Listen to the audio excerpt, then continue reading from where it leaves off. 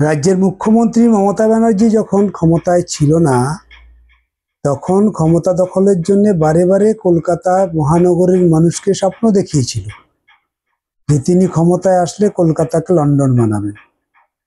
সেই কলকাতার ৬৭.৫ লক্ষের বেশি মানুষকে মাত্র ৫-৬ ঘন্টার বৃষ্টিতে তাদের জনজীবন স্তব্ধ করে দিল।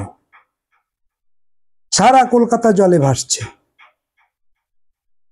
বস্তিবাসীদের সমস্ত জিনিসপত্র ভেসে এদিক ওদিক লণ্ডভণ্ড হয়ে গেল। মানুষ ঘর থেকে বেরিয়েছে, বিদ্যুৎ পৃষ্ঠ হয়ে মারা গেছে। ঝড় নেই, ঝঞ্ঝা নেই, শুধু অতিবর্ষণ। অতিবর্ষণের ফলেও মানুষ বিদ্যুৎ পৃষ্ঠ হয়ে আজ পর্যন্ত যা খবর তাতে 11 জন নাগরিক মারা গেছেন। শহরের মেয়র যিনি আছেন, কলকাতার মেয়র যিনি আছে, তার কোন ভাবনা আছে? কি পরিকল্পনা ছিল তাদের? পূর্বাভাস তো ছিল, আবহাওয়া দপ্তর তো জানিয়েছিল 4 দিন আগের থেকে অতিবর্ষণ হবে। কলকাতায় অতিবর্ষণের অভিজ্ঞতা মানুষের নেই তা তো নয়। 78 সালে দেখেছি অতিবর্ষণের ফলে কিভাবে ওয়াটার লুমিং হয়েছিল গোটা কলকাতা। 78, 86 এই সময় অতিবর্ষণ হয়েছে। তো 2025 সালে বৃষ্টি হবে তার আগাম বার্তা দিয়েছে, তার কোনো পরিকল্পনা নেই। মুখ্যমন্ত্রী এখন বলছে যারা মারা গেছে এদের পুরো দায় হচ্ছে সিএসসি, তার কোনো দায়িত্ব নেই।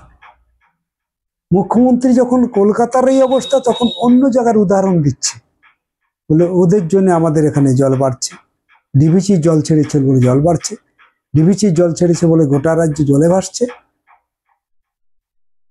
খাল ডোবা নালা সব জলে টইটুম্বর। নানান রকম ভাবে ব্যাখ্যা দিয়ে কলকাতার এই বিরাট বড় বিপদ, এত মানুষের মৃত্যু, এত লক্ষ লক্ষ কোটি কোটি সম্পদ নষ্ট, এরকম সারা কলকাতা একটা বিপর্যস্ত, মেট্রো থেকে শুরু করে পরিবহন ব্যবস্থা এখন অচল, এই সবগুলোকে আড়াল করার জন্যে অন্য জায়গার উদাহরণ দেওয়ার চেষ্টা করছেন মুখ্যমন্ত্রী। সিএসসিকে বারে বারে দাগার চেষ্টা করলেন, নিজের কোনো দায় নেই। কে চালায় ওটা? আমাদের রাজ্যে বেসরকারি সংস্থাগুলোকে কারা চালায়?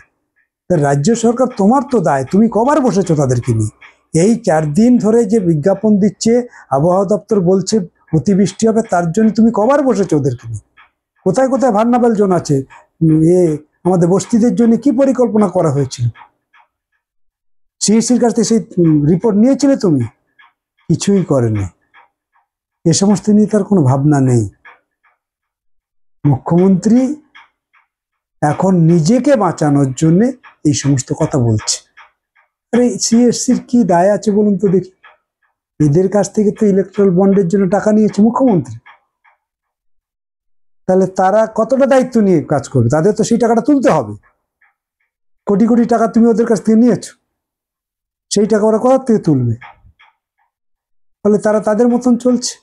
আসলে মুখ্যমন্ত্রীর কথা যে কেউ শুনছে না, এই প্রশাসন যে ভেঙে পড়েছে, সেটা এই 5 দিনের, এই 5 ঘন্টার বৃষ্টি প্রমাণ করে দিল। 5 ঘন্টার বৃষ্টিতেই গোটা কলকাতা লণ্ডভণ্ড করে দিল। আজকে 2 দিন ধরে সেটা সামলাতে পারছে না।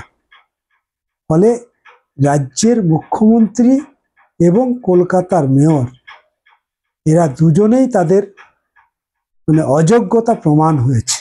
বারে বারেই অযোগ্যতা প্রমাণ হচ্ছে, এবারও সেটা প্রমাণ হলো। নিজের অযোগ্য ঢাকার জন্য এই কথাগুলো বলছে। ছবি তুলছে মেয়র, নালার প্লাস্টিক পরিষ্কার করছে, বলছে গঙ্গার জল বেড়েছে তাই নাকি ওয়াটার লুমিং হয়েছে। অদ্ভুত রকমের এক একজন এক একটা আবিষ্কার করছে। মানুষকে এরা কি মনে করে? কলকাতার মানুষকে এতই বোকা? ফলে মানুষের এই বিপদের সময় তাদের পুনর্বাসন, তাদের ক্ষতি এবং অতি দ্রুত কলকাতার মানুষ, মহানগরীর মানুষ তাদের যানবাহন থেকে শুরু করে মেট্রো পরিষেবা থেকে শুরু করে কিভাবে করা যায় সেদিকে নজর না রেখে তারা একটার পর একটা বাঁচার জন্য তারা রক্ষা কবচ খোঁজার চেষ্টা করছে। কোর্ট, হসপিটাল কি নেই, প্রত্যেকটা হসপিটাল জলের তলায় আছে। এইরকম একটা পরিবেশ পরিস্থিতিতে গোটা রাজ্যের মানুষ তাকিয়ে আছে কলকাতার দিকে। যে 5 ঘন্টার বৃষ্টিতে গোটা কলকাতা আজকে টইটুম্বর হয়ে গেল। যে কলকাতার স্বপ্ন ছিল, স্বপ্ন দেখাচ্ছিল মুখ্যমন্ত্রী লন্ডন, সেই লন্ডন আজকে জলে ভাসছে। মুখ্যমন্ত্রী এই দায় এড়ানোর কোনো সুযোগ নেই। সে যে অযোগ্য মুখ্যমন্ত্রী সেটা গোটা রাজ্যের মানুষ দাঁড়িয়ে দাঁড়িয়ে দেখলো যে মুখ্যমন্ত্রী এই সময়টা কি করছে। অদ্ভুত রকম। কালকের আমি টিভিতে দেখছিলাম, ওদের একজন গেছে, সে বলে যে তখন 78 সালে বন্যা হয়েছিল, তখন 85 সালে বন্যা হয়েছিল, বৃষ্টি হয়েছিল, তখন ওদের বামফ্রন্টের মানে মেয়র কোথায় ছিল? আমাদের মেয়র তো ঘর থেকে বেরিয়েছে, নালা পরিষ্কার করছে। মানে কি অকাট্য যুক্তি উপস্থিত করার চেষ্টা করছে এই পুরো ঘটনাটাকে চাপা দেওয়ার জন্য। আমি বস্তিবাসীদের যাতে অতি দ্রুত তাদের পুনর্বাসনের ব্যবস্থা করা হয় এবং তাদের ক্ষতিপূরণের ব্যবস্থা করা হয় তার দাবি করছি।